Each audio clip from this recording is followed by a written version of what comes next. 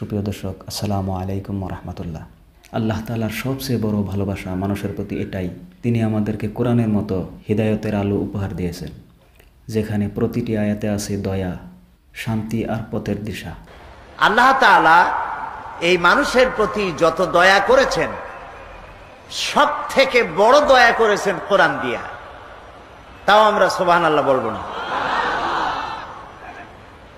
মানুষের চোখ দিয়েছেন, মুখ দিয়েছেন, কান দিয়েছেন, নাক দিয়েছেন, চলার ব্যবস্থা করেছেন, আকাশ থেকে বৃষ্টি দিয়েছেন, জমিন ভিজাইয়া ফসল উৎপাদন করে দিয়েছেন, খাবার দিয়েছেন, পরাগ দিয়েছেন, যৌবন দিয়েছেন, বিয়ে দিয়েছেন, বাচ্চা হয়েছে, ক্ষমতা দিয়েছেন। যা করেছেন আল্লাহ তাআলা এই পৃথিবীর মানুষের জন্য, তার মধ্যে সর্বশ্রেষ্ঠ দয়া যেটা করেছেন তার নাম কোরআন শরীফ দিয়ে দয়া করেছেন বেশি।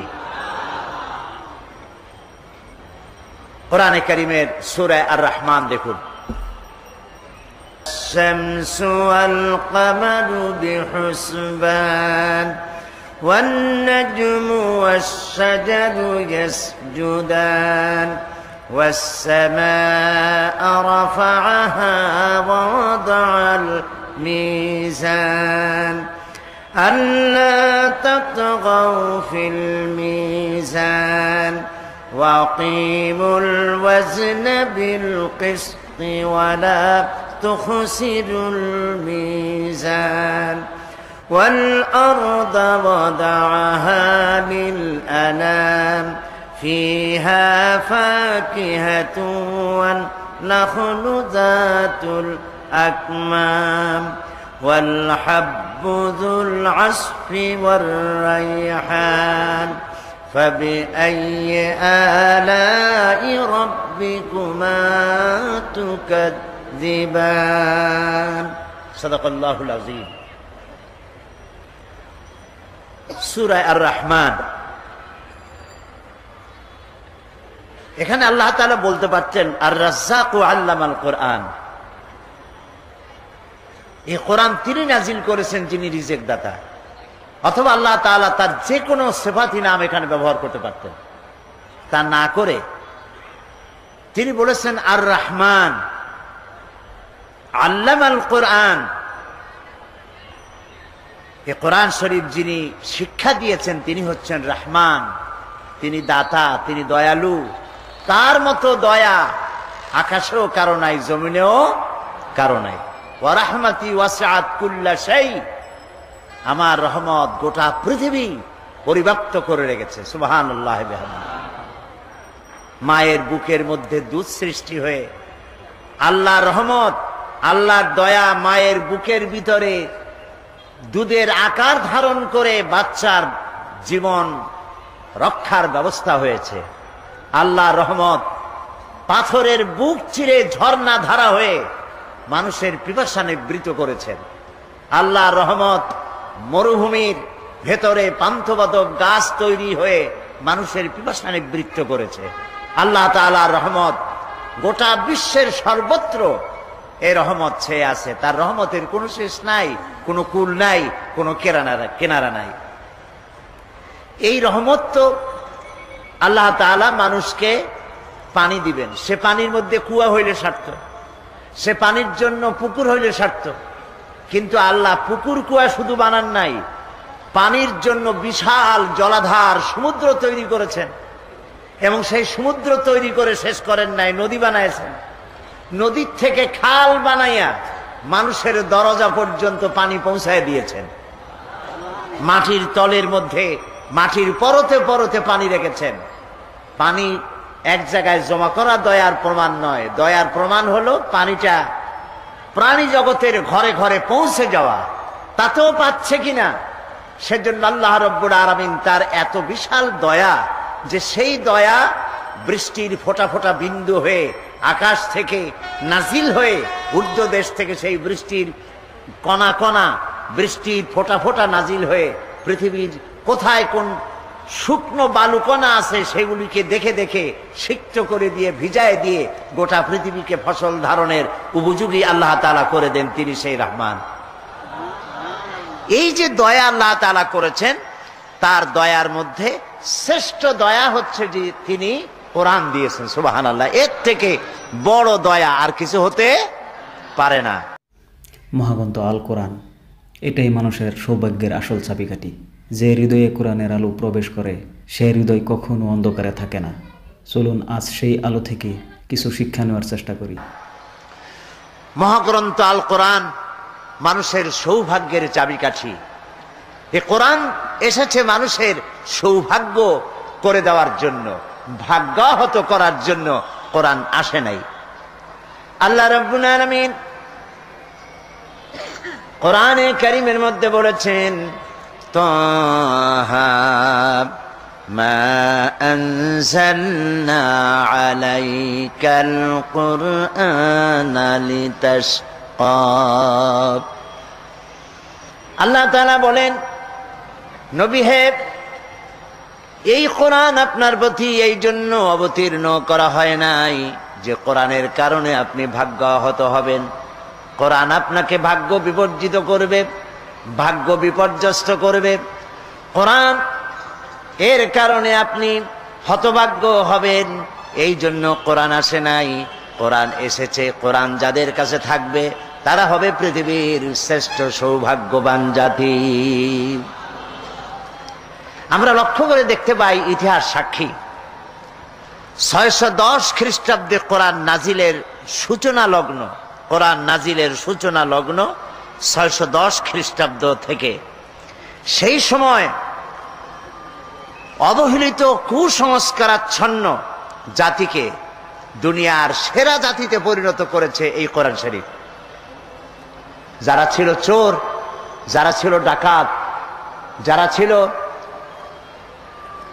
নারীর ইজ্জত সম্ভ্রম হরণকারী, তারা হয়ে গিয়েছিল নারীর সতীত্বের হেফাজতকারী, মানুষের ধন এবং সম্পদের হেফাজতকারী হয়েছিল এই কোরআনের কারণে।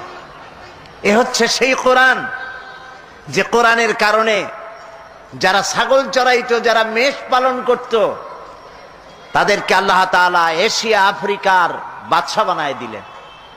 তাদের দখলে গোটা এশিয়া, ইউরোপ, আফ্রিকার শাসক আল্লাহ তাদের বানায় দিলেন। যেসব বেদুইনরা খাওয়া জানতো না, পড়া জানতো না, ভদ্রতা জানতো না, কুসংস্কারান্য ছিল, তাদের সুপ্ত প্রতিভাকে জাগ্রত করে কোরআন তাদেরকে বিচারপতি বানালো, সেনাপ্রধান বানালো, তাদেরকে রাষ্ট্রদূত বানালো, তাদেরকে পৃথিবীর শ্রেষ্ঠ মানুষে পরিণত করে দিল। এই কোরআন ব্যক্তিকে সেরা ব্যক্তি বানায়, সমাজকে সেরা সমাজ বানায়, রাষ্ট্রকে শ্রেষ্ঠ রাষ্ট্র বানায়। এই কোরআনই তো হযরত ওমর রাদিয়াল্লাহু তাআলা আনহুর মতো মানুষকে, যিনি রাসূলুল্লাহকে হত্যা করতে এসেছিলেন, কতটা জাহিল হলে পরে একজন মানুষ আল্লাহর নবী হত্যা করতে আসতে পারে, সেই মানুষটাকে এই কোরআন কোথায় নিয়ে গেল? নবী করিম সাল্লাল্লাহু আলাইহি ওয়াসাল্লাম তিনি বলেছেন, লা নবিয়্যা বাদি ওয়ালা রাসূলা, আমার পরে নবীও আসবে না, রাসূলও আসবে না, কিন্তু আমার পরে যদি নবী কেউ হতো তাহলে অবশ্যই ওমর নবী হয়ে যেতেন। সুবহানাল্লাহি ওয়া বিহামদিহি। এই মানুষগুলিকে এই শ্রেষ্ঠ পর্যায়ে, শ্রেষ্ঠ জাতি, শ্রেষ্ঠ সমাজে পরিণত করেছিল কোরআন। এই কোরআন শুধু নেকি লাভের জন্য, তেলাওয়াতের জন্য আসে নাই, যেটা আমরা করে থাকি। আমাদের দেশে মানুষেরা কোরআনে কারীমকে শুধুমাত্র সওয়াবের নিয়তে কোরআন শরীফ খতমের প্রতিযোগিতা করে। রমজান মোবারকে ছেলে, পুত্রবধূ, নাতি পুতি সবাই মিলে কোরআন শরীফ খতমের প্রতিযোগিতা করে এবং এই নিয়ে কথাবার্তা হয় যে আমার পুত্রবধূ 3 খতম পড়েছে, আমার ছেলে 5 খতম, বউ 10 খতম, আমিও খতম দিতে দিতে নিজেও খতম। এই যে কোরআন শরীফ খতম করলো, আচ্ছা করেন, কোরআন শরীফ পড়েন, আপনি পড়তে তো, তেলাওয়াত করতে তো কোনো নিষেধ নাই, তেলাওয়াত তো করবই, কিন্তু শুধু তেলাওয়াতের জন্য তো কোরআন নাজিল হয় নাই। আমরা কি কথা বুঝতেছি? শুধু তেলাওয়াতের জন্য কোরআন নাজিল হয় নাই। কোরআন শরীফ তেলাওয়াত করতে হবে, কোরআন শরীফ বুঝতে হবে, কোরআন শরীফ আমল করতে হবে। এই জন্য কোন কোন সাহাবীর সূরা বাকারার মতো একটা সূরা সম্পূর্ণ তেলাওয়াত করতে 2 বছর, 3 বছর, 4 বছর সময় লেগে গিয়েছে। কেন লেগেছে? এত দেরি হয়েছে কেন? এই জন্য দেরি হয়েছে। তারা এক একটি আয়াত তেলাওয়াত করতেন, বুঝতেন, আর বাস্তব জীবনে তা আমল করতেন, তারপরে আর একটা তেলাওয়াত করতেন। এই জন্য সাহাবায়ে কেরাম যখন জমিনের উপর থেকে হেঁটে যেতেন তখন মনে হতো যেন জীবন্ত কোরআন হেঁটে যাচ্ছে। আজকে আমাদের দেখলে কি তা মনে হয়? বলেন, আজকে আমাদের দেখলে কি তা মনে হয়? আমাদের দেখলে তা মনে হয় না। একটা প্রশ্ন আমাদের সবার মনে জাগা উচিত, আমরা কি সেই আগের মুসলমান আছি যারা দুনিয়ার সামনে ঈমান ও আদর্শের আলো ছড়াতো, নাকি আমরা বদলে গেছি, ভুলে গেছি আমাদের আসল পরিচয়? আপনারা ইউসুফ ইসলামের নাম শুনেছেন, ইউরোপের পপ সিঙ্গার, মেগা স্টার বলা হয় তাকে।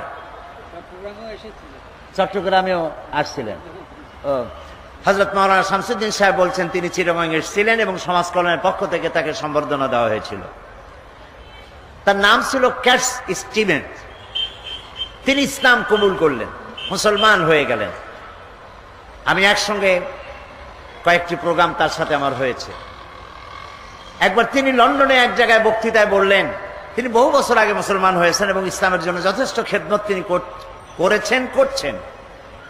একদিন তিনি বক্তৃতা করতে গিয়ে বললেন যে আমি খ্রিস্টান থাকাকালীন অবস্থায় কোরআন পড়েছি, কোরআন বুঝেছি, হাদিস পড়েছি, হাদিস বুঝেছি, কোরআন হাদিস পড়ে আর বুঝে ইসলাম কবুল করেছি।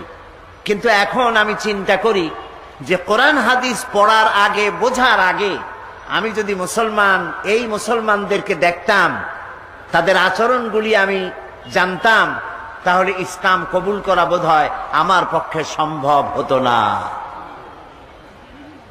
তাও আপনারা সুবহানাল্লাহ কইলেন নাকি? আরে ভাই, এতে তো ইন্না লিল্লাহ পড়া উচিত।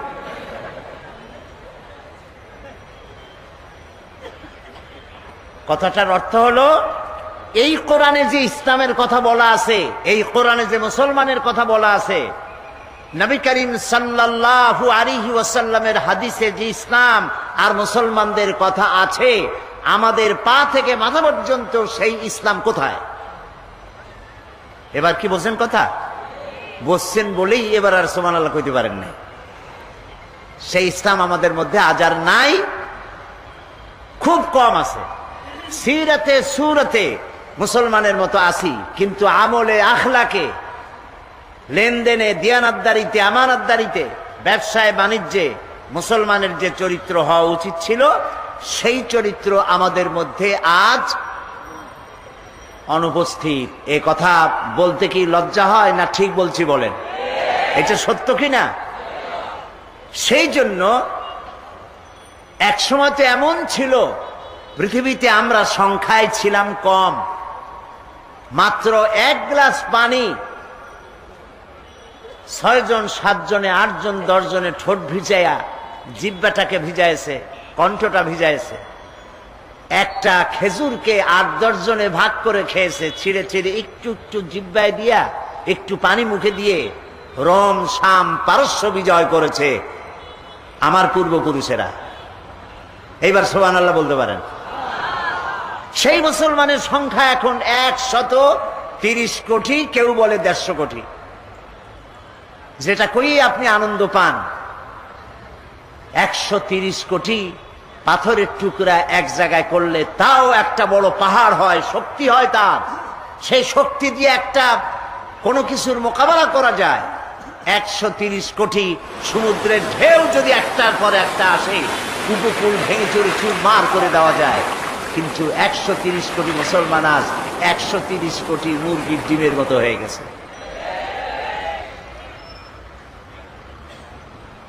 বলতে আজ খুব দুঃখ হয়।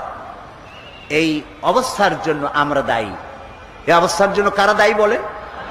আমরা নিজেরাই দায়ী। বিগত 25টি বছর, 25 বলবো না, এই মঞ্চে বিগত 24 বছর, 2টা যুগ এই কথাগুলি আমরা বলেছি। আমরা কথা বলতে পিছপা হই নাই, সত্য কথা বলেছি। বিশ্ব মানবতার বিরুদ্ধে পরিচালিত নির্যাতন এবং জুলমের বিরুদ্ধে আমরা কথা বলেছি। দেশের ব্যাপারেও বলেছি, বিদেশের ব্যাপারেও বলেছি। তাতে কারো কোনো রক্তচক্ষুকে আমরা পরোয়া করি নাই। এটা সত্য কিনা? আজও পরোয়া করি না। আমরা কথা বলবোই, আমাদেরকে কথা বলতে হবে। কি কথা বলতে চাই সেটা শেষের দিকে আনবো, এখন না। আজকেই সেই কথাগুলি বলবো। তাতে অতীতে যেমন রক্তচক্ষু পরোয়া করি নাই, আজও করব না ইনশাআল্লাহ।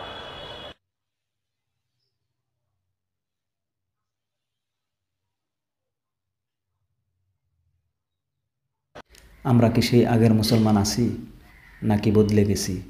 ভাবুন, সিদ্ধান্ত নিন, আর আল্লাহ তাআলার পথে ফিরে আসুন। ইনশাআল্লাহ আল্লাহ তাআলা আমাদের সঠিক পথে রাখবেন। আজকের আলোচনা এখানেই শেষ করলাম। আল্লাহ তাআলা আমাদের সবাইকে হেদায়েত দান করুন। আসসালামু আলাইকুম ওয়া রাহমাতুল্লাহ।